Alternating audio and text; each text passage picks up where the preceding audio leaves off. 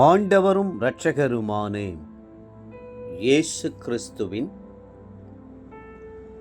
ஈடு இணையற்ற நாமத்தில் அன்றன்றுள்ள அப்பம் வாசகர்களுக்கு எங்கள் அன்பின் வாழ்த்துக்கள்.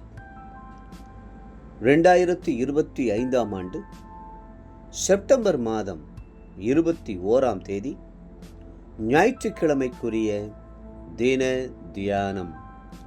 இன்றைய தலைப்பு இருக்கும் இடம் தேடி. 1 ராஜாக்கள் 19:19 சொல்கிறது, எலியா அவன் இருக்கும் இடம் மட்டும் போய் அவன் மேல் தன் சால்வையை போட்டான்.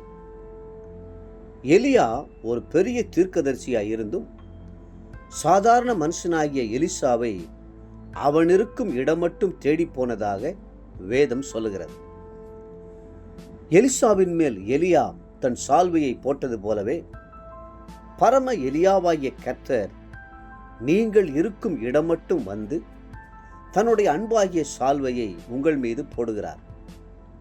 நேசம் எனும் ஜமுக்காலத்தை விரிக்கிறார். உங்களை பாசத்தோடு அரவணைக்கிறார். பாருங்கள், சகேயு ஒரு பாவியான மனுஷன். சரீரத்திலும் வளர்ச்சி இல்லாதபடி குள்ளனாய் இருந்தான். ஆனால் இயேசுவோ அவன் இருக்கும் இடம் வரைக்கும் தேடி வந்தார். அவன் அத்திமரத்தில் ஏறி ஒளிந்திருப்பதைக் கண்டு அவனிடம் வந்து சீக்கிரமாய் இறங்கி வா என்று அழைத்தார். நாம் இருக்கும் இடம் தேடி வந்து ரட்சிப்பை அருளுகிற கிருபையுள்ள தேவன்தான் நம்முடைய தேவன். தேடி வருகிறவர் நம்மேல் தம்முடைய சால்வையை போடுகிறவர் மட்டுமல்ல, நமக்கு ரட்சிப்பையும் கிருபையாய் அருளி செய்கிறவர். இழந்து போனதை தேடவும் ரட்சிக்கவுமே மனுஷகுமாரன் வந்திருக்கிறார். அன்பு எனும் சால்வையை போட வந்தவர், ரட்சிப்பை கிருபையாய் தந்தருள வந்தவர், இருக்கும் இடம் தேடி வந்து வியாதியை நீக்கி குணமாக்கவும் செய்கிறார். அப்படித்தான் 38 வருஷமாய் வியாதி கொண்டிருந்த மனுஷனை அவன் இருக்கும் இடம் வரையிலும் தேடி வந்து அவனுடைய வியாதியை நீக்கி குணமாக்கினார்.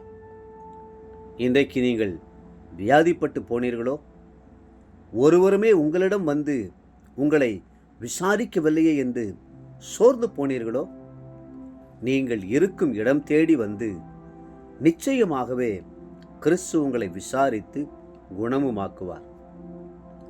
அது மட்டுமல்லாமல் உங்கள் அப்பத்தையும் தண்ணீரையும் ஆசீர்வதிக்க நீங்கள் இருக்கும் இடம் வரையிலும் தேடி வருவார். அப்படித்தான் எலியா சாரிபாத் விதவையின் வீட்டுக்கு போய் அவள் கலசத்தில் இருக்கிற எண்ணெயும் கொஞ்சம் மாவையும் ஆசீர்வதித்தார். பஞ்சகாலமெல்லாம் எண்ணெய் குறைந்து போகவும் இல்லை, மா செலவழிந்து போகவும் இல்லை. 1 ராஜாக்கள் 17:16. கர்த்தர் சோர்ந்து போனவர்களை தேடி அவர்கள் இருக்கும் இடம் வரையிலும் வந்து அவர்களை உற்சாகப்படுத்துகிறார். எலியா யேசபேலின் கொடூரத்தால் மனம் தளர்ந்து ஒரு நாள் பிரயாணமாய் போய் ஒரு சூறை செடியின் கீழ் உட்கார்ந்து தான் சாக வேண்டும் என்று விரும்பின போது கர்த்தர் அன்போடு அவர் இருந்த இடம் வரையிலும் தேடி வந்தார். நல்ல உணவையும் தண்ணீரையும் கொடுத்து அவரை தேற்றி ஆறுதல் படுத்தினார். உங்களை உள்ளன்போடு தேடி வந்து அன்பு பாராட்டும் ஆண்டவருக்கு உற்சாகமாய் நீங்கள் ஊழியம் செய்ய வேண்டாமா? ஆகவே இப்பொழுதே உங்களுடைய அதைரியத்தையும் அவிசுவாசத்தையும் உதறிவிட்டு எழும்புங்கள். தேவப்பிள்ளைகளே, உங்களை தேடி வந்திருக்கும் ஆண்டவர் உங்கள் அருகிலே நிற்கிறார்.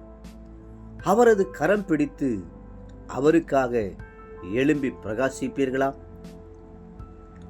இன்றைய நினைவிற்கு யாத்ராகமம் 20:24.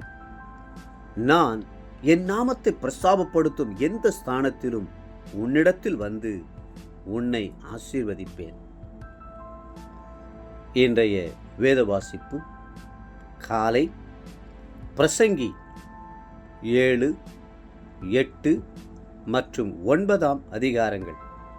மாலை 2 கொரிந்தியர் 13ஆம் அதிகாரம்.